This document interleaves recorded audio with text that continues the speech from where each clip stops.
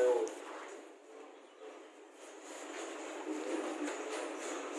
भारत का वित्त आयोग,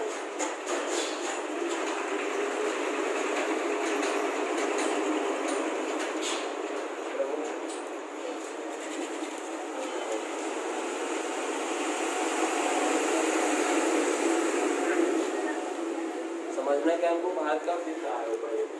अगर ये डाले कि भारत का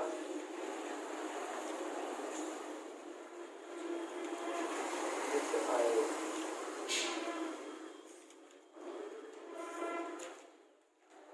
तो बताएगा भारत का वित्त आयोग कहाँ पर? भारत के संविधान के अनुच्छेद 280 में किसका वर्णन है? वित्त आयोग। अब हमें बताओ, समझते जाओगे, भारत के वित्त आयोग का गठन कौन करता है? गठन कौन करेगा? राष्ट्रपति।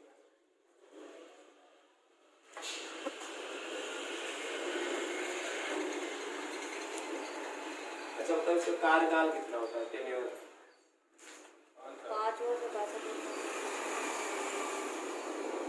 कार्यकाल कितना? 5 वर्ष। या जो भी टाइम का अध्यक्ष होगा उसको मोबाइल से 2 साल को 5 वर्ष। सदस्य कितने होते हैं? कितने सदस्य होते हैं? कितने सदस्य होते हैं? 5 सदस्य होते हैं ना। 5 सदस्य होते हैं। एक होगा अध्यक्ष और 4 सदस्य। ऐसी संस्था है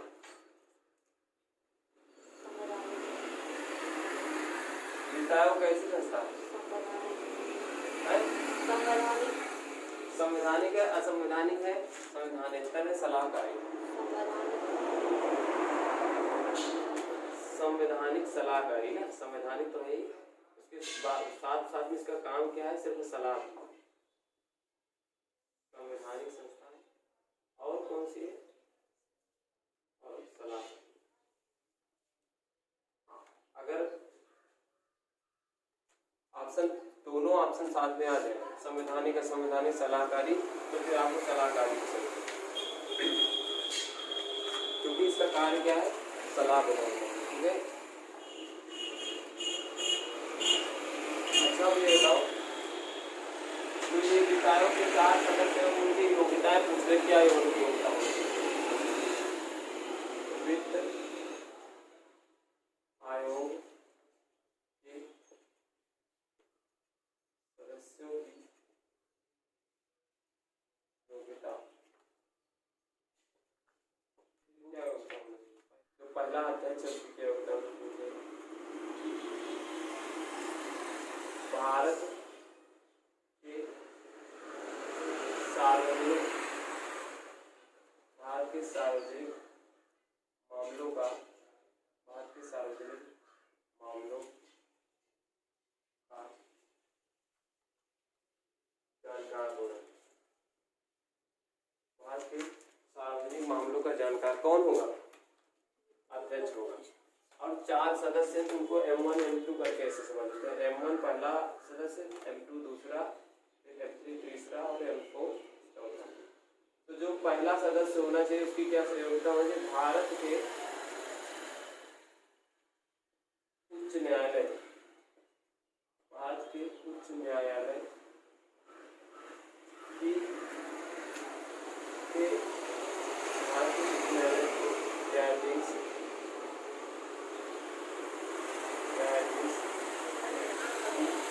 योग्यता रखता हो।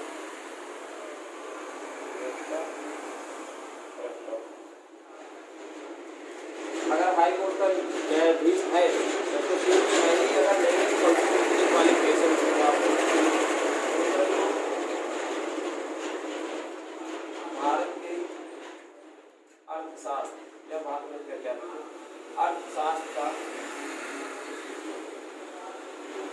अर्थशास्त्र का जानकार होना चाहिए। M2 में कैसा होना चाहिए? अर्थशास्त्र का। मतलब 4 सदस्यों में 4 प्रकार के होते हैं। अगला लिखिए भारत के वित्त एवं लेखा की जानकारी रखता है।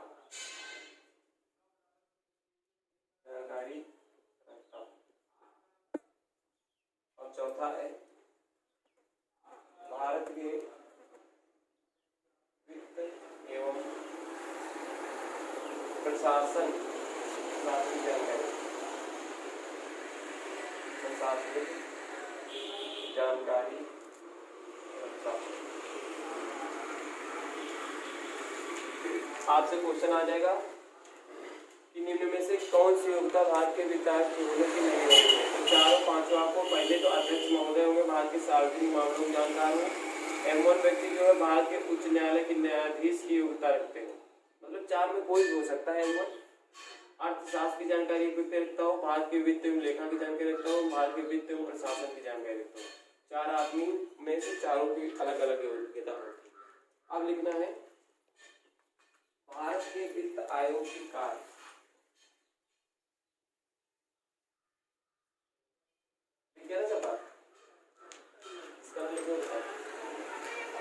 छूट गया क्या? कौन सा पॉइंट छूटा? एंट्री भारत के वित्त एवं लेखा की जानकारी रखता, भारत के वित्त एवं लेखा की जानकारी रखता हूँ। और M4 लिखिए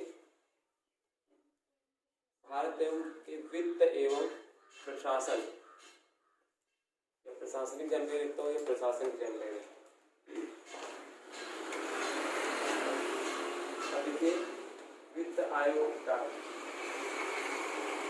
कैसे केंद्र राज्य संबंधों के बीच में इसकी भागीदारी होती है। वित्त आयोग के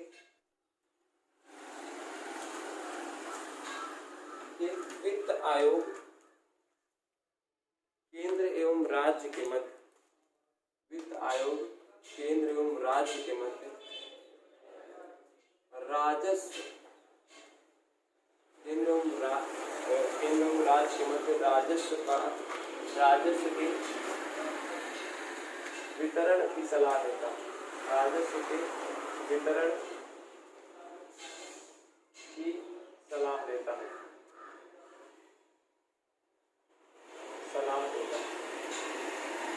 वित्त आयोग के कार्य वितरण की सलाह देता है। वितरण की राजस्व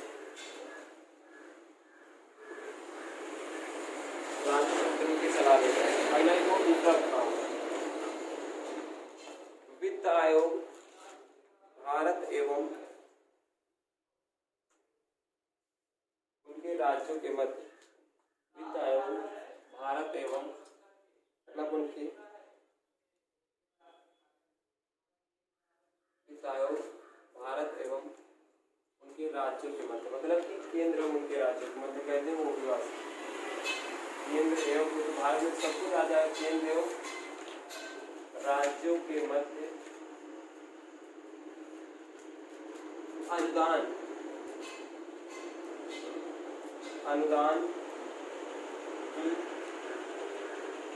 सलाह देता है। केंद्र एवं राज्यों के मध्य अनुदान की सलाह देता है। अगला पॉइंट है वित्त आयोग राष्ट्रपति द्वारा, वित्त आयोग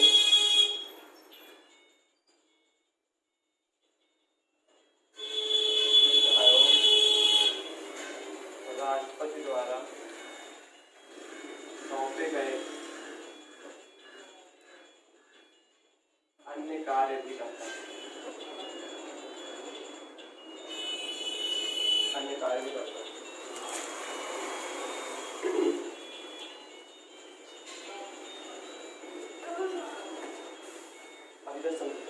ठीक है ना? बताओ 73वां संविधान संशोधन कब आया था? 73वां कॉन्स्टिट्यूशनल अमेंडमेंट एक्ट और 74वां कॉन्स्टिट्यूशनल अमेंडमेंट एक्ट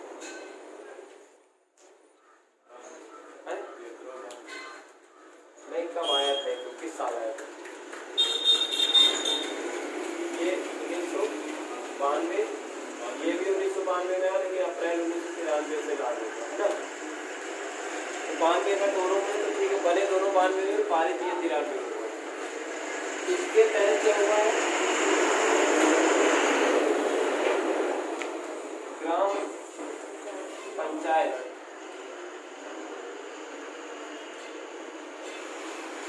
का वर्णन किया गया है ना। और इसके तहत नगर पालिका से संबंधित, नगर पालिका से तो ये याद करने के लिए मैंने इतना समझाया है। सबसे पहली बात तो 73वां संविधान संशोधन अधिनियम किससे संबंधित था, ग्राम पंचायतों के गठन से। अभी अगला टॉपिक ही कल हम पढ़ाएंगे, तो आप लोग चाहे पढ़ के आना पंचायती राज क्या होता है, सब कुछ डिटेल्स पढ़ाया जाएगा। 74वां संविधान संशोधन आया 1992 में बन गया, लेकिन चालू हुआ अप्रैल 1993 से लागू हुआ। किससे संबंधित, नगर पालिका। तो आप लिखिए इसमें वित्त आयोग का क्या कार्य है, इसके आगे लिखना वित्त आयोग केंद्र की ओर से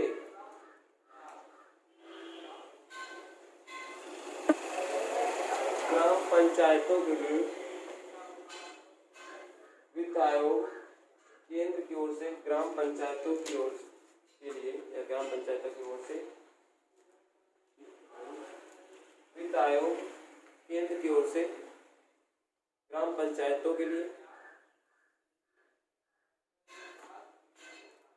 ग्राम पंचायतों के लिए दिए जाने वाले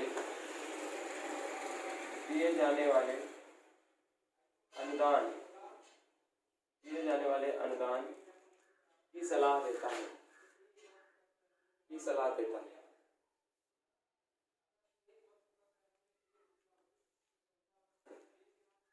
और इसमें भी लिखो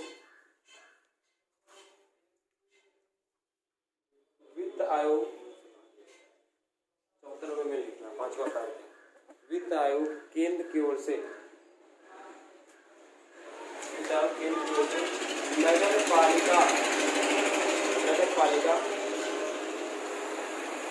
नगर पालिका के लिए प्रदान किए जाने वाले, वित्त आयोग केंद्र की ओर से नगर पालिका के लिए प्रदान किए जाने वाले अनुदान की सलाह देता है,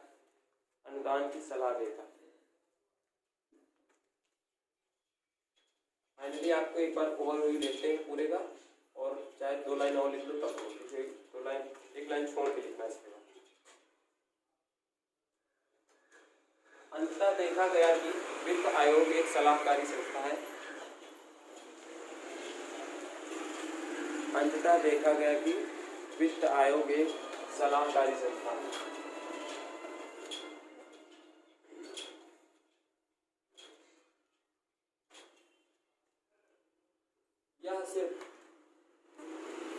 यह सिर्फ सलाहकारी संस्था है। अंततः देखा गया कि वित्त आयोग एक सलाहकारी संस्था है। यह सिर्फ राष्ट्रपति को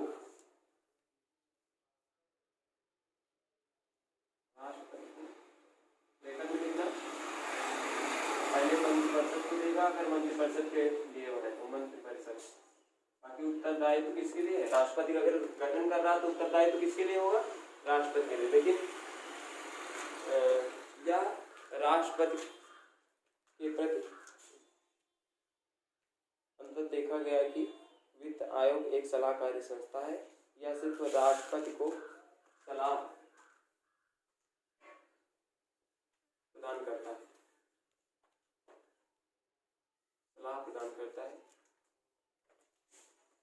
राष्ट्रपति, अब आगे नए लाइन से, राष्ट्रपति मंत्रिमंडल की सलाह पर,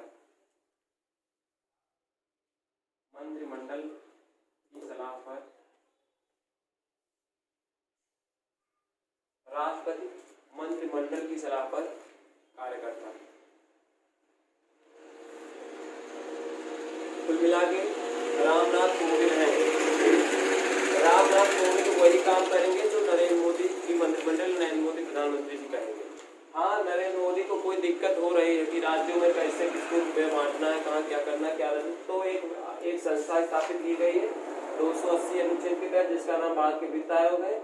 इसका गठन राष्ट्रपति करेगा, 5 वर्ष के लिए गठन होगा और यह 5 सदस्य होगा। 5 सदस्यों में आपको देखो योग्यता बताई गई है क्या है, सिर्फ ये सलाह देगा, मंत्रिमंडल मानने के लिए बाध्य नहीं, उसके मन में आएगा तो मानेगा, नहीं मन होगा तो नहीं मानेगा। तो अब लास्ट में क्या लिखोगे ना पूरा इसका। हाँ, अब नई हेडिंग से डाली, केंद्र एवं राज्य के मध्य, केंद्र एवं राज्य के मध्य संबंधों में, केंद्र एवं राज्य के मध्य संबंधों में, केंद्र एवं राज्य के मध्य संबंधों में होने वाले विवाद के मुद्दे, केंद्र एवं राज्य के मध्य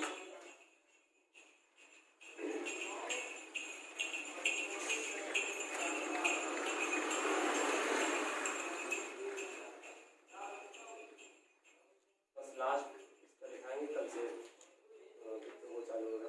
केंद्र एवं राज्य के मध्य विवाद, बिना सब कुछ पढ़ाने के बाद भी आज विवाद रहता है क्या है, तो पहला लिखो, पहला अधिकतर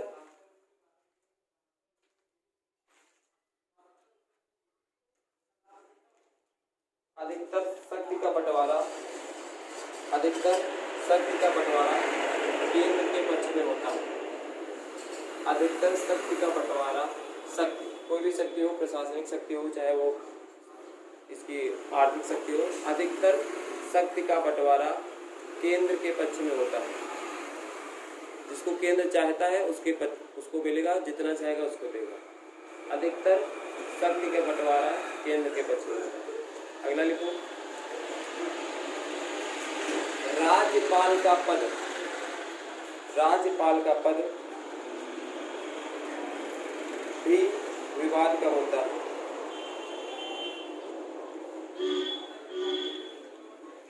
राज्यपाल का पद भी विवाद का होता है। दूसरा हो गया राज्यपाल का पद, और तीसरा लिखना केंद्र पर वित्तीय रूप से, केंद्र पर वित्तीय रूप से राज्यों का निर्भर होना, केंद्र पर वित्तीय रूप से राज्यों का निर्भर होना।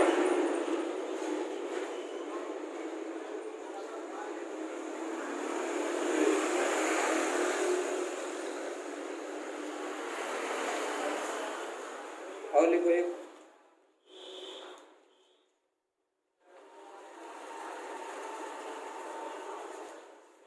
केंद्र एवं राज्यों के मध्य, केंद्र एवं राज्यों के मध्य, केंद्र एवं राज्यों के मध्य सामाजिक आर्थिक पिछड़ापन। 4.10 पहला पॉइंट था केंद्र एवं राज्यों के मध्य बंटवारे में अधिकतर केंद्र का ही जो है होता है। केंद्र मान लीजिए जैसे कोई राज्य है और कर तो सबसे आ रहा है, मान लीजिए हमारा उत्तर प्रदेश है और उत्तर प्रदेश से सबसे ज्यादा, सबसे बड़ा राज्य है, सबसे ज्यादा इकोनॉमी उत्तर प्रदेश से जा रही है। और कोई पिछड़ा राज्य मान लीजिए झारखंड या बिहार जैसा राज्य, और छोटा राज्य कोई सिक्किम, अरुणाचल प्रदेश, नागालैंड ले लीजिए कुछ भी, तो यूपी की अपेक्षा वहां से इकोनॉमी कम जा रही नहीं जा रही। लेकिन यूपी में स्पेशल राज्य का दर्जा नहीं, स्पेशल राज्य का दर्जा उनको दे रखा है, तो उनका पैसा उनको, तो वही हाल हो रहा है जैसे कि एक पिता के 4 पुत्र हैं और एक पुत्र 2 पुत्र अच्छा कमा रहे हैं, लेकिन कोई एक पुत्र जो है 3 पुत्र कमा रहे हैं, एक पुत्र कमजोर है, तो उनको चाहिए तो उनकी मदद की जाए। लेकिन जब लगातार वो नहीं हो तो बड़े वाले लड़के कहेंगे अब पिताजी बड़े वाले लड़कों से पैसा ले और छोटे वाले को दे ले, जो कमजोर हो जाओ अच्छा नहीं आएगी, तो ये पैसा तुमसे तो दे रहे हो, दिए उनको दे रहे हो। लेकिन सेंट्रल एक पिता का रोल अदा करता है, तो उसकी जिम्मेदारी बनती है कि इन दोनों को समझा के रखे, दोनों को समझाए कि नहीं ऐसी बात नहीं। दूसरा, राज्यपाल का पद, आपने जगहों पर देखा होगा तुमने, जैसे सेंट्रल में सरकार बीजेपी की, छत्तीसगढ़ में सरकार कांग्रेस की, और छत्तीसगढ़ के भूपेश बघेल है ना, भूपेश बघेल सीएम है वहां के, और अनसुईया उइके राज्यपाल। सीएम कांग्रेस का है और अनसुईया उइके बीजेपी के बन गए। तो जो आदेश जारी करेगी सेंट्रल गवर्नमेंट वही करेंगे कौन, अनसुईया उइके। क्योंकि समस्या क्या है कि जो राज्यपाल होता है इसका पद की नियुक्ति तो राष्ट्रपति करता है, लेकिन आज तक किसकी सलाह पर, केंद्र सरकार की सलाह पर। राष्ट्रपति किसी भी टाइम इसको पद से हटा सकता है। इसको ये डर रहता है कि राष्ट्रपति महोदय अगर हमने काम नहीं किया तो कल हमसे कह देंगे कि इस्तीफा दे जाओ, हमको इस्तीफा देना पड़े। तो राज्यपाल, अब कोई नियम बन रहा है, भूपेश बघेल नियम बनाना चाह रहे हैं, लेकिन राज्यपाल महोदय उसमें साइन नहीं करेंगे। जब साइन नहीं करेंगे तो लगातार मुद्दे विवादित होंगे। तो ये भी केंद्र और राज्यों के मध्य एक विवाद का कारण है। तो आपने देखा होगा दिल्ली में सरकार अरविंद केजरीवाल की रहती, जो लेफ्टिनेंट जनरल वहाँ के होते थे नजीब जंग थे, और अनिल बैजल, शायद अनिल बैजल ही है ना, अनिल बैजल। इन दोनों के मध्य अक्सर विवाद चला करता है, क्योंकि वहाँ की पुलिस जो है सेंट्रल गवर्नमेंट की है, और केजरीवाल कहते हैं कि हमको पुलिस हमारे उसमें अधिकार क्षेत्र में आनी चाहिए, लॉ एंड ऑर्डर बिगड़ रहा। तो ये बात नहीं मानते, तो अक्सर ये। और दूसरा है जनजाति पिछड़ा क्षेत्र, वही चीज़ बताया, किसी को ज़्यादा रुपया पहुँचाना, किसी को कम देना, ये सभी कारण है। तो आप क्वेश्चन लिख लीजिए डेली वाले, और कल पंचायती राज हम लोग पढ़ के आना है ना। पंचायती राज से क्वेश्चन पूछे जाते हैं। कहाँ सबसे पहले चालू हुआ था पंचायती राज, कहाँ चला, राजस्थान के नागौर से, है ना, 1900 कितने में, 1959 में, ठीक है ना। पंचायती राज व्यवस्था, कैसे प्रशासन चलता है राज्यों का।